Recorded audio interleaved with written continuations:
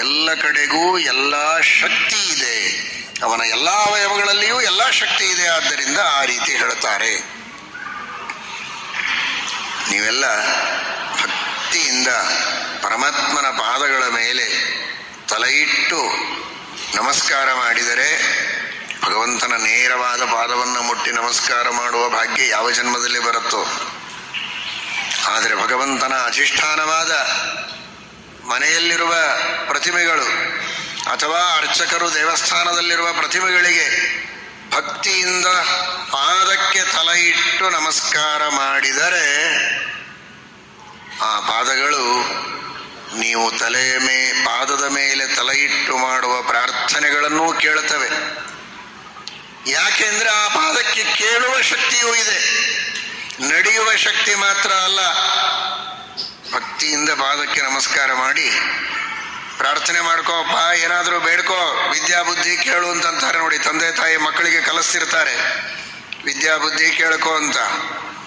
ಕೇಳ್ಕೋತೀನಿ, 1 ನಿಮಿಷ ತಡೀರಿ, ಪಾದದ ಮೇಲೆ ತಲೆ ಇಟ್ಟು ನಮಸ್ಕಾರ ಮಾಡ್ತಾ ಇದ್ದೀನಿ.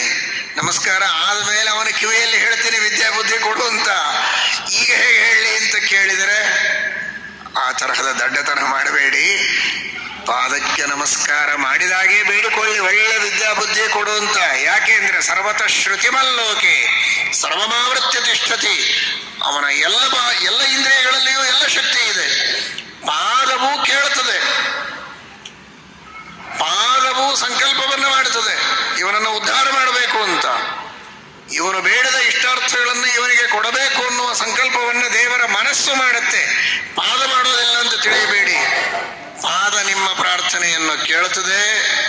ಪ್ರಾರ್ಥನೆಯನ್ನೂ ಮಾಡದೆ ದಾಳ ದಾಳ ಕಣ್ಣೀರು ಸುರಿಸ್ತಾ ದೇವರ ಮುಂದೆ ದೂರ ನಿಂತಿರ್ತೀರಿ. ಎಲ್ಲರೂ ಮಡಿಯಲ್ಲಿ ಮುಟ್ಟೋ ಹಾಗಿಲ್ಲವಲ್ಲ.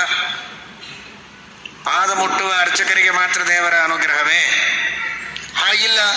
ದೂರದಲ್ಲಿದ್ದು ಭಕ್ತಿಯಿಂದ ಕಣ್ಣೀರು ಸುರಿಸ್ತಾ ಏನೋ ಮನಸ್ಸಿನಲ್ಲಿ ಕಷ್ಟ ಅಂತ ನಿಂತಿದ್ರೆ ಭಗವಂತನ ಪಾದಕ್ಕೂ ಅದು ಕಾಣಿಸ್ತದೆ, ಪರಮಾತ್ಮನ ಎಲ್ಲ ಅವಯವಗಳಿಗೂ ಎಲ್ಲವೂ ಕಾಣಿಸ್ತದೆ. ಇದರರ್ಥ ಎದುರು ನಿಲ್ಲೇಬೇಕು ಅಂತಿಲ್ಲ. ಇಡೀ ಜಗತ್ತಿನಲ್ಲಿಯೇ ಭಗವಂತ ವ್ಯಾಪ್ತನಾಗಿದ್ದಾನೆ, ಅದನ್ನು ಮತ್ತೆ ತಿಳಿಯೋಣ.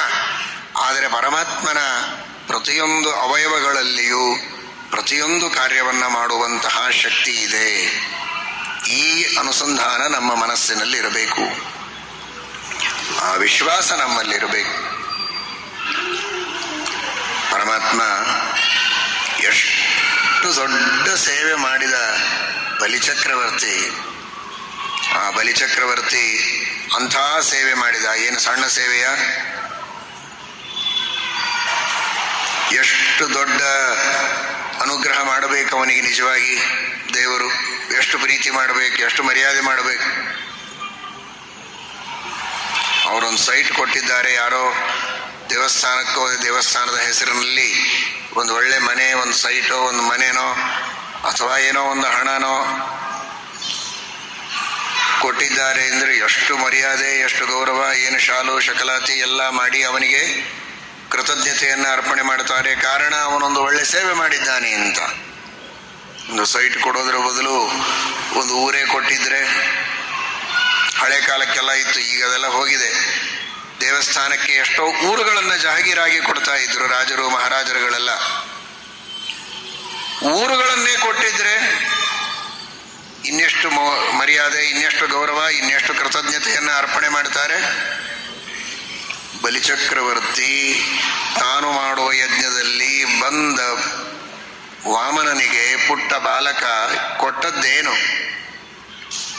ಎಲ್ಲ ಲೋಕಗಳನ್ನೇ ಕೊಟ್ಟ. ಎಷ್ಟೋ ಕಷ್ಟಪಟ್ಟು ಶುಕ್ರಾಚಾರ್ಯರ ಪಾದ ಹಿಡಿದು ಕಾಡಿ ಬೇಡಿ ಏನೇನೋ ಮಾಡಿಸಿಕೊಂಡು ಯುದ್ಧ ಆಡಿ ಗೆದ್ದು ಇಂಥ ದೊಡ್ಡ ಸಾಮ್ರಾಜ್ಯವನ್ನು ಪಡೆದದ್ದು ಏನು ಸುಮ್ಮನೆ ಯಾರೋ ಬಂದು ಕೊಟ್ಟದ್ದಲ್ಲ. ಅವನಿಗೊಬ್ರು ಯಾರೋ ದಾನ ಕೊಟ್ಟರು, ಅವನಿನ್ ಯಾರಿಗೋ ಕೊಟ್ಟದ್ದಲ್ಲ. ಅದು ಯುದ್ಧ ಮಾಡಿ ಗೆದ್ದದ್ದು, ಕಷ್ಟಪಟ್ಟು ಗೆದ್ದದ್ದು. ಅಂಥದ್ದು ಏನೂ ಅಭಿಮಾನ ಇಲ್ಲದಂತೆ ಸತ್ಯ ವಚನ ಶುಕ್ರಾಚಾರ್ಯರು ಹೇಳಿದ್ದಾರೆ. 3 ಪಾದ ಅಂದ್ರೆ 3 ಹೆಜ್ಜೆ ಅಲ್ಲ, ಅವನು ಇಡೀ ಲೋಕವನ್ನೇ ವ್ಯಾಪಿಸ್ತಾನೆ ಅಂತ ಗೊತ್ತಿದೆ ಅವನಿಗೆ. ಅಷ್ಟು ಗೊತ್ತಾದ ಮೇಲೂ ಸಂಕೋಚ ಇಲ್ಲದಂತೆ ದಾನವನ್ನು ಕೊಟ್ಟಿದ್ದಾನೆ. ಇಂಥ ದಾನ ಕೊಟ್ಟಂತಹ ಬಲಿಚಕ್ರವರ್ತಿಗೆ ಅಪ್ಪಿಕೊಂಡು ಚಿಕ್ಕ ಮಕ್ಕಳಿಗೆ ವಿಶೇಷವಾಗಿ ಪ್ರೀತಿಯಿಂದ ಆಶೀರ್ವಾದ ಮಾಡೋದಾದರೆ ತಲೆ ಮೂಸಿ ನೋಡ್ತಾರೆ. ಶಿರಸ್ಯಾಘ್ರಾಯ ಅಂತ ಬರ್ತದೆ ಅಲ್ಲಲ್ಲಿ ಪುರಾಣಗಳಲ್ಲಿ. ಆ ರೀತಿ ಅಪ್ಪಿಕೊಂಡು ತಲೆಯನ್ನ ಮೂಸಿ ನೋಡಿ ಆಶೀರ್ವದಿಸಿ, ಮೊದಲೇನೋ ಪುಟ್ಟ ಬಾಲಕ, ಈಗ ತ್ರಿವಿಕ್ರಮನಾಗಿ ನಿಂತಿದ್ದ. ಆ ರೀತಿ ಪ್ರೀತಿ ಮಾಡಿ ಅವನಿಗೆ ಆಶೀರ್ವಾದ ಮಾಡೋದು ಬಿಟ್ಟು ತಲೆಯನ್ನ ಕಾಲಿನಿಂದ ಒತ್ತು ಅವನನ್ನ ಕೆಳಗೆ ಹಾಕಿಬಿಟ್ಟಲ್ಲ. ಏನಿದು ದೇವರು ಮಾಡಿದ್ದು? ಶ್ರೀಮದಾಚಾರ್ಯರಂತಾರೆ, ಏನ್ ಮಾಡಿಲ್ಲ. ಬಲಿಚಕ್ರವರ್ತಿಗೆ ಸರ್ವತಃ ಪಾಣಿಪಾದಾದಿ ಯತಃ ಪಾಣ್ಯಾದಿ ಶಕ್ತಿಮಾನ್, ಪರಮಾತ್ಮನ ಎಲ್ಲ ಅವಯವಗಳಲ್ಲಿ ಎಲ್ಲ ಶಕ್ತಿಯೂ ಇದೆ.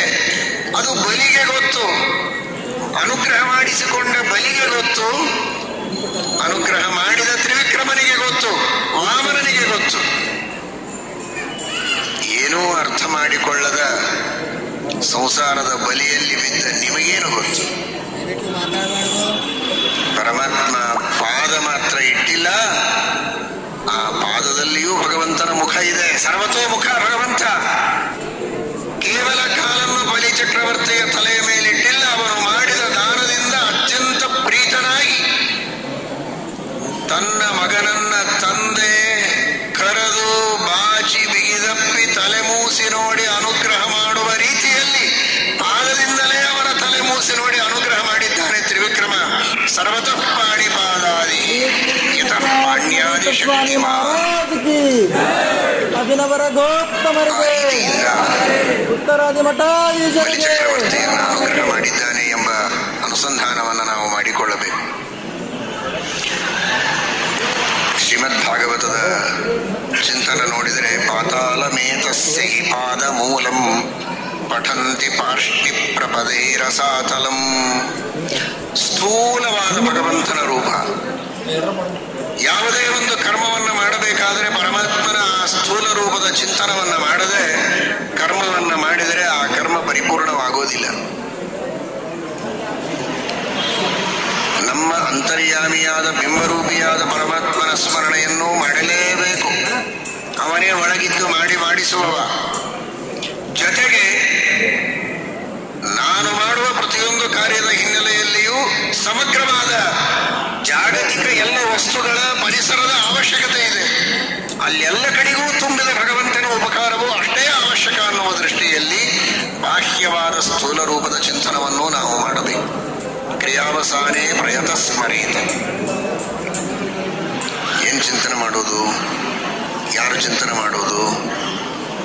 ಆ ಸ್ಥೂಲ ರೂಪದ ಚಿಂತನ, ಸ್ಥೂಲ ರೂಪದ ಸ್ತೋತ್ರ, ಸ್ಥೂಲ ರೂಪದ ವರ್ಣನೆ, ಸ್ಥೂಲ ರೂಪಕ್ಕೆ ಮಾಡುವ ಪ್ರಾರ್ಥನೆ ಎಲ್ಲವನ್ನೂ ಮಾಡಬಹುದು ಅಂದ್ರೆ ಸತ್ಯಲೋಕದಲ್ಲಿ ಮಾಡಬಹುದು. ಯಾಕೆಂದ್ರೆ ಆ ಭಗವಂತನ ಮೇಲಿನ ಲೋಕ, ಎಲ್ಲಿ ಭಗವಂತನ ಮುಖ ಇದೆ, ಎಲ್ಲಿ ಭಗವಂತನ ತಲೆ ಇದೆ, ಅಲ್ಲಿರುವಂತಹ ಲೋಕದಲ್ಲಿ ಯಾರಿದ್ದಾರಲ್ಲ ಅವರು ಮಾಡಬಹುದು. ಯಾಕೆಂದ್ರೆ ದೇವರು ಅವರು ಮಾಡಿದ ಸೇವೆಯನ್ನು ನೋಡುತ್ತಾನೆ, ಅವರು ಮಾಡಿದ ಪ್ರಾರ್ಥನೆಯನ್ನು ಕೇಳುತ್ತಾನೆ, ಅವರಿಗೆ ಅನುಗ್ರಹ ಮಾಡುತ್ತಾನೆ. ನಾವೆಲ್ಲ ಎಲ್ಲಿದ್ದೇವೆ? ಮಹೀತಲಂ ತಚ್ಚಖನಂ ಮಹೀಪತೆ. ಆ ಪರಮಾತ್ಮನ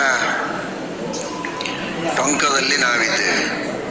ಅವನ ತಲೆ ಅಲ್ಲೆಲ್ಲೋ ಮೇಲಿದೆ ಸತ್ಯಲೋಕದಲ್ಲಿ. ನಾವು ಮಾಡಿದ್ದ ಅವನಿಗೇನು ಕಾಣಿಸ್ತದೆ? ನಾವು ಹಾಡಿದ್ದವನಿಗೇನು ಕೇಳಿಸ್ತದೆ? ನಮ್ಮನ್ನು ಬಿಟ್ಬಿಡಿ, ಇನ್ನೂ ದೂರ ಪಾತಾಳಾದಿ ಲೋಕಗಳಲ್ಲಿದ್ದಂಥವರಿಗಂತೂ ಏನು ಸಂಬಂಧವೇ ಇಲ್ಲ. ಅಲ್ಲಿ ಕೇವಲ ಪರಮಾತ್ಮನ ಪಾದ ಇದೆ. ಸ್ಥೂಲ ರೂಪದ ಚಿಂತನೆ, ಸ್ಥೂಲ ರೂಪದ ಸ್ತುತಿ, ಸ್ಥೂಲ ರೂಪದ ಪ್ರಾರ್ಥನೆ ಅವರೆಲ್ಲ ಮಾಡಿದ್ದು ಅರ್ಥ. ಅದಕ್ಕೂ ಶ್ರೀಮದಾಚಾರ್ಯರು ಹೇಳಿದರು, ಸರ್ವತಃ ಪಾಣಿಪಾದಂ ತತ್ ಸರ್ವತೋಕ್ಷಿ ಶಿರೋಮುಖಂ. ಭಗವದ್ಗೀತೆಯನ್ನು ಕೇಳಿ, ಸರ್ವತಃ ಪಾಣಿಪಾದಾದಿ ಯತಃ ಪಾಣ್ಯಾದಿ ಶಕ್ತಿಮಾನ್. ನೀವು ಪಾತಾಳದಲ್ಲಿಯೇ ಇರಲಿ, ಭೂಲೋಕದಲ್ಲಿಯೇ ಇರಲಿ, ಸತ್ಯಲೋಕದಲ್ಲಿಯೇ ಇರಲಿ, ಎಲ್ಲಿಯೇ ಇದ್ದರೂ ಯಾವ ಅವಯವದ ವಂಚನೆಯೂ ನಿಮಗಿಲ್ಲ. ಎಲ್ಲ ಅವಯವಗಳಲ್ಲಿಯೂ ಎಲ್ಲ ಶಕ್ತಿ ಇದೆ ಪರಮಾತ್ಮನಿಗೆ. ನೀವು ಎಲ್ಲಿ ಏನು ಮಾಡಿದರೂ ಸ್ವೀಕಾರ ಮಾಡ್ತಾನೆ. ಸತ್ಯಲೋಕದಲ್ಲಿದ್ದು ಮಾಡಿದರೂ ಸರಿ, ಪಾತಾಳದಲ್ಲಿದ್ದು ಮಾಡಿದರೂ ಸರಿ. ಸತ್ಯಲೋಕದಲ್ಲಿ ಮಾತ್ರ ನೇರವಾಗಿ ದೇವರ ಮುಖ ನೋಡಬಹುದು, ಮುಖದಿಂದ ಆಗುವ ಎಲ್ಲ ಅನುಗ್ರಹವನ್ನು ಪಡೆಯಬಹುದು. ಪಾತಾಳದಲ್ಲಿಲ್ಲ, ಭೂಲೋಕದಲ್ಲಿಲ್ಲ ಅಂತ ತಿಳಿಯಬೇಡಿ. ಅಥವಾ ಸತ್ಯಲೋಕದವರಿಗೆ ಬರೇ ನೋಡೋದು, ಮಾತನಾಡೋದು, ಆ ಭಗವಂತನ ಮಹಾಮಹಿಮೆಯನ್ನ ನೆನೆದು ಉತ್ಸಾಹದಿಂದ ಬಗ್ಗಿ ನೀರು ಹಾಕಿ ಪಾದಪೂಜೆ ಮಾಡ್ತೇವೆ ಎಂದರಿಸಿಲ್ಲ, ಮತ್ತೆ ಪಾತಾಳಕ್ಕೆ ಹೋಗ್ಬೇಕು ಅಂತ ತಿಳಿಯಬೇಡಿ. ಅಲ್ಲಿಯೂ ಭಗವಂತನ ಪಾದದಿಂದ ಆಗಬಹುದಾದ ಏನೆಲ್ಲ ಕಾರ್ಯಗಳೋ ಅದೆಲ್ಲವನ್ನೂ ಪರಮಾತ್ಮ ಅಲ್ಲಿಯೂ ಮಾಡುತ್ತಾನೆ, ಮಾಡಿಸಿಕೊಳ್ತಾನೆ. ಆದ್ದರಿಂದ ಆ ಭಗವಂತನನ್ನ ಆ ರೀತಿಯಲ್ಲಿ ನೀವು ತಿಳಿಯಿರಿ. ಅಷ್ಟು ಪರಿಪೂರ್ಣವಾದಂತಹ ವ್ಯಕ್ತಿತ್ವ ಭಗವಂತನಲ್ಲಿದೆ. ಸಣ್ಣ ಉದಾಹರಣೆ, ಸಮಾನವಾದ ಉದಾಹರಣೆ ಕೊಡ್ಲಿಕ್ಕೆ ಸಾಧ್ಯ ಇಲ್ಲ. ಯಾಕೆಂದ್ರೆ ದೇವರಿಗೆ ಸಮಾನರು ಯಾರಿಲ್ವೇ ಇಲ್ಲ. ನತ್ವತ್ಸಮೋಸ್ತ್ಯಭ್ಯಧಿಕ ಕುತೋನ್ಯ ಲೋಕತ್ರಯೇಭ್ಯ ಪ್ರತಿಮ ಪ್ರಭಾವ. ಸಾಮಾನ್ಯ ಸಣ್ಣ ಉದಾಹರಣೆ ತಿಳಿದುಕೊಳ್ಬಹುದು. ದೊಡ್ಡ ದೊಡ್ಡ ವಸ್ತುಗಳನ್ನು ಎತ್ತಬೇಕು ಅಂದ್ರೆ ಕೈಯಿಂದ ಎತ್ತುತ್ತೇವೆ. ಅಂತಹ ಕೆಲಸವನ್ನು ಕೈಯಿಂದ ನಾವು ಮಾಡಬಹುದು. ಕಾಲಿನಿಂದ ಎತ್ತಲಿಕ್ಕೆ ಆಗೋದಿಲ್ಲ. ಸ್ವಲ್ಪ ಸಣ್ಣದೇನೋ ಇತ್ತು ಅಂದ್ರೆ ಕಾಲು ಮೇಲೆ ಹಾಕೊಂಡು ಪಂಚೆ ಎತ್ತು ಹಾಕ್ಬೋದು. ಸಣ್ಣ ಒಂದು ತಮಗೆ ಕಾಲು ಮೇಲೆ ಇಟ್ಕೊಂಡು ಮಲಗಿದಾಗ ಕಾಲ ಮೇಲೆ ಇಡಿ ಅಂತ ಯಾರಿಗಾದರೂ ಹೇಳಿ, ಅಥವಾ ನಿಂತಾಗ ಒಂದು ಸಣ್ಣ ಲೋಟ ಕಾಲ ಮೇಲೆ ತಗೊಂಡು ಕಾಲಿನಿಂದ ಎತ್ತಾಗ. ದೊಡ್ಡ ದೊಡ್ಡ ಬಂಡೆಗಲ್ಲು ಹೀಗೆರಡೂ ಕೈ ಇಟ್ಕೊಂಡು ಬರೀ ಕಾಲಿನಿಂದ ಎತ್ತಿದ್ರೆ ಇವನೇ ಬಿದ್ದು ಹೋಗ್ತಾನೆ. ಇವನ ಮೇಲೆ ಒಂದು ಕಲ್ಲಿನ ಕಟ್ಟಡ ಕಟ್ಟಬೇಕಾಗತ್ತಷ್ಟೆ.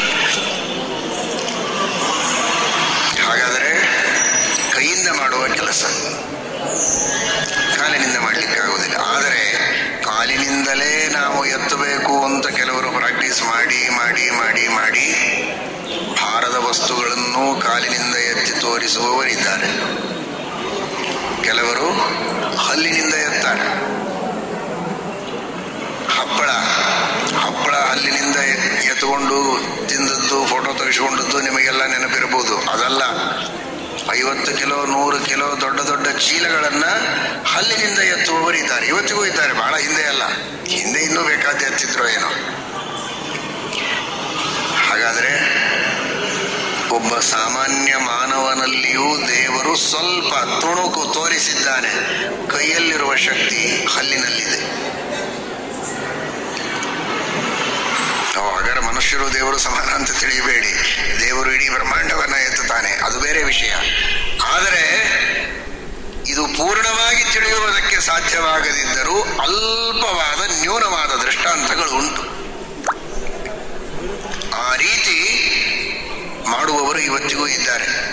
ಹಾಗಾದರೆ ಸಾಮಾನ್ಯ ವ್ಯಕ್ತಿಗೇನೆ ಅಲ್ಪ ಮಟ್ಟದಲ್ಲಿ ಈ ಶಕ್ತಿಯನ್ನ ದೇವರು ತನ್ನ ಕರುಣೆಯಿಂದ ಕೊಟ್ಟದ್ದಾಗಿದ್ದರೆ, ಆ ಅನಂತ ಶಕ್ತಿ ಪರಿಪೂರ್ಣನಾದ ಅನಂತ ಗುಣಪೂರ್ಣನಾದಂತಹ ಭಗವಂತನಿಗೆ ಇದೇನ ಸಾಧ್ಯ? ಯಾವ ಅವಯವಗಳಿಂದಲೂ ಏನು ಕಾರ್ಯವನ್ನಾದರೂ ಪರಮಾತ್ಮ ಮಾಡಬಹುದು ಎಂಬುದಾಗಿ ನಾವು ಅತ್ಯಂತ ಸಣ್ಣ ಉದಾಹರಣದಿಂದ ಅರ್ಥ ಮಾಡಿಕೊಳ್ಳಬಹುದು. ಪೂರ್ಣವಾಗಿ ನಾವು ತಿಳಿಯುವುದಾದರೆ ಶಾಸ್ತ್ರದಿಂದಲೇ ಅದನ್ನು ಅರ್ಥ ಮಾಡಿಕೊಳ್ಳಬೇಕು. ಇಂತಹ ಶಕ್ತಿ ಪರಮಾತ್ಮನಿಗಿದೆ. ಅದಕ್ಕೆ ಶ್ರೀಮದಾಚಾರ್ಯರು ಅರ್ಥಾತ್ ಶ್ರೀಮದಾಚಾರ್ಯರು ಉದಾಹರಣೆ ಮಾಡಿದ ಪ್ರಮಾಣ ವಚನದಲ್ಲಿಯೇ ಆ ಒಂದು ಉದಾಹರಣೆಯನ್ನು ಕೊಡ್ತಾರೆ. ಶ್ರೀಕೃಷ್ಣ ಪರಮಾತ್ಮ ಕೇಶಾದಿಷ್ವಪಿ ಸರ್ವತ್ರ ಕೃಷ್ಣಕೇಶೋ ಹಿ ಯಾದವ. ಎಲ್ಲಿದೆ ಪಾಣ್ಯಾದಿ ಶಕ್ತಿಗಳು? ಪಾಣಿ, ಪಾದ, ಈ ಎಲ್ಲಾ ಶಕ್ತಿಯೂ ಎಲ್ಲಾ ಕಡೆಗಿದೆ ಅಂತೀರಲ್ಲ. ಎಲ್ಲಾ ಕಡೆಗಿದೆ ಅಂದ್ರೆ ಎಲ್ಲಿದೆ? ಎಲ್ಲಿಲ್ಲ, ಎಲ್ಲ ಕಡೆ ಇದೆ. ಕೂದಲಿನಲ್ಲಿಯೂ ಇದೆ. ಅತ್ಯಂತ ಅಶಕ್ತವಾದ ವಸ್ತು ಅಂದ್ರೆ ಕೂದಲು. ಕೇವಲ ಎಲ್ಲರೂ ಅದಕ್ಕೆ ಶೃಂಗಾರ ಮಾಡಿಕೊಳ್ತಾರೆ, ಎಣ್ಣೆ ಹಚ್ಚುತ್ತಾರೆ, ಹಿಗ್ತಾರೆ, ಅಲಂಕಾರ ಮಾಡಿಕೊಳ್ತಾರೆ, ಕನ್ನಡಿಯಲ್ಲಿ ನೋಡ್ತಾರೆ, ಅಷ್ಟೆಲ್ಲ ಮಾಡ್ತಾರೆ. ಯಾಕೆಂದ್ರೆ ಅದೊಂದೇ ಮಾಡ್ಲಿಕ್ಕೆ ಬರೋದು, ಇನ್ನೇನು ಮಾಡ್ಲಿಕ್ಕೆ ಬರೋದೇ ಇಲ್ಲ ಅದರಿಂದ. ಎಣ್ಣೆ ಹಚ್ಚಬೇಕು, ಹಿಗ್ಬೇಕು, ಕನ್ನಡಿ ಮುಂದೆ 4 ತಾಸು ನಿಲ್ಬೇಕು,